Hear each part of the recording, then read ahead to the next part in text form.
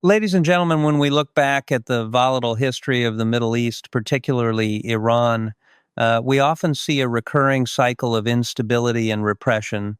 However, the intelligence and field reports I have in hand right now indicate an alarming shift, far exceeding the framework of conventional crowd control we have witnessed in previous uprisings.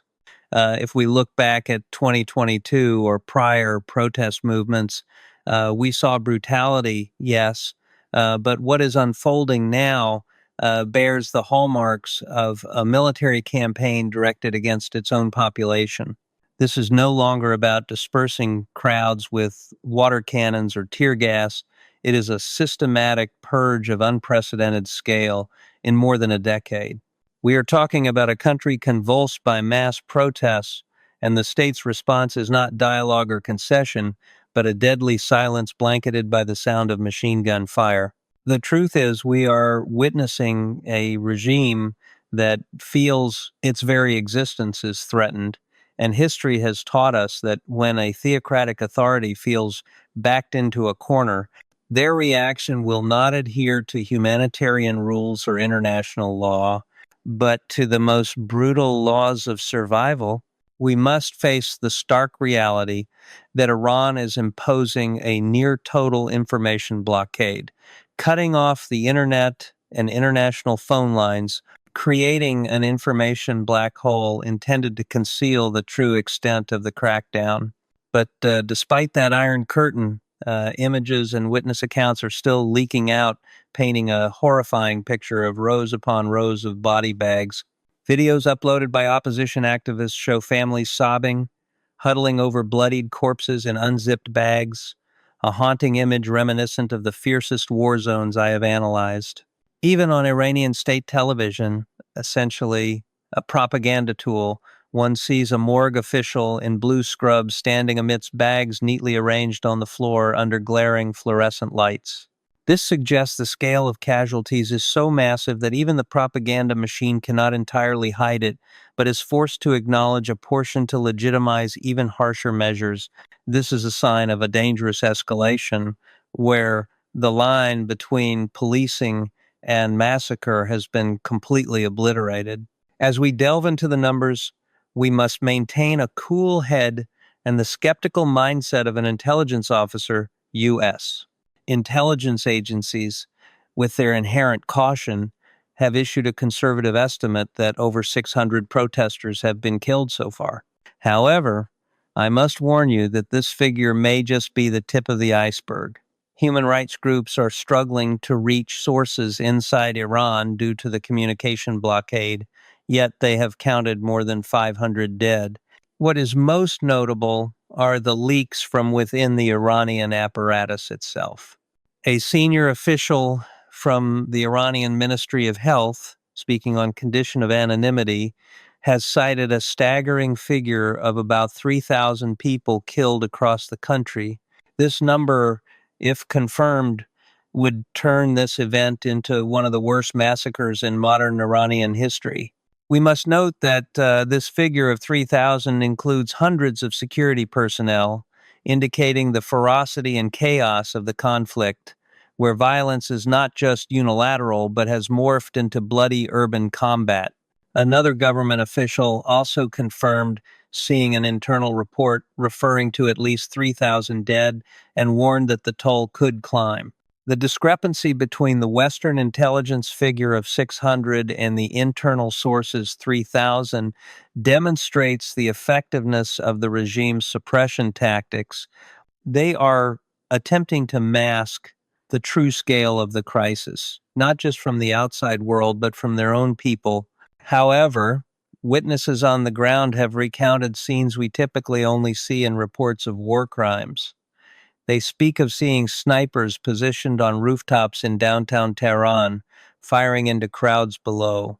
They describe peaceful protests, turning abruptly into scenes of carnage and panic as bullets pierce heads and torsos, sending bodies toppling to the ground. These details, particularly the use of snipers and live ammunition targeting vital organs, indicate a clear directive from the top: shoot to kill, not to disperse. we need to analyze the shift in the Iranian security forces' tactics more deeply. Hospital staff report that initially protesters were admitted primarily with pellet wounds or tear gas exposure, non-lethal weapons typically used in riot control. However, the situation has changed rapidly. Now patients are arriving with gunshot wounds and skull fractures. One doctor described the situation as a mass casualty situation, a military medical term used when the number of injured exceeds the facility's processing capacity. This indicates that security forces have abandoned restraint measures and switched to the indiscriminate use of high lethality firepower. Verified videos show security forces firing hails of bullets at protesters, the sound of heavy machine guns ringing out from police stations, and muzzle flashes sparking in the dark. These are the actions of a force that views its population as an enemy to be destroyed, not citizens to be controlled.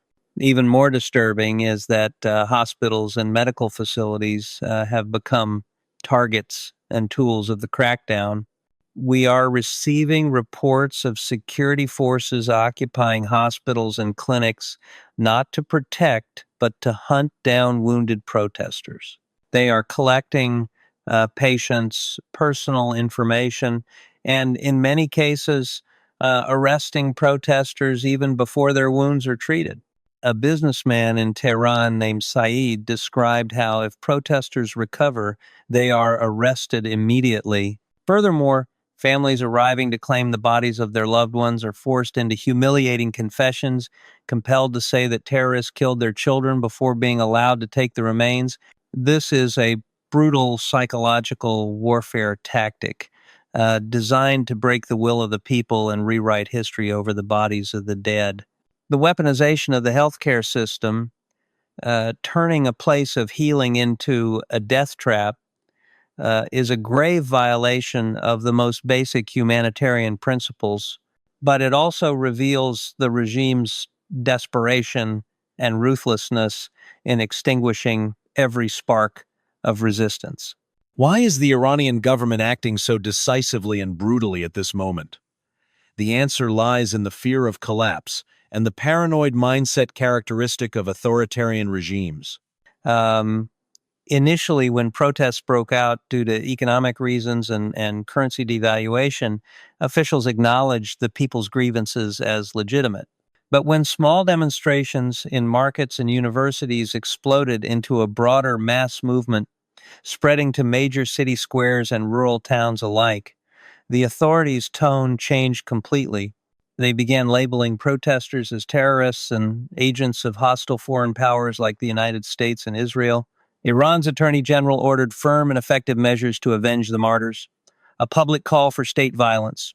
Framing protesters as an external threat allows the government to legitimize the use of maximum force, turning the crackdown into a war of national defense in the eyes of loyalists. However, despite that brutality, we see an astonishing resilience from the Iranian people. Slogans like "Death to the Dictator," echoing amidst gunfire, show that fear has transmuted into fury. Businessman Saeed, a veteran of past protests, noted that this crackdown is unlike any before, yet he asserted that people are no longer afraid. Despite the internet blackout, they still find ways to connect via Starlink to send out messages of distress and evidence of atrocities. A protester named Yassi recounted witnessing security forces shooting a teenage boy right in front of his mother. A heartbreaking image, but also a catalyst for stronger resistance. When a government has to use machine guns to speak to its people, it is a sign they have lost political legitimacy and are relying solely on naked violence to maintain power. But history has proven that violence can buy time, yet it never buys long-term stability.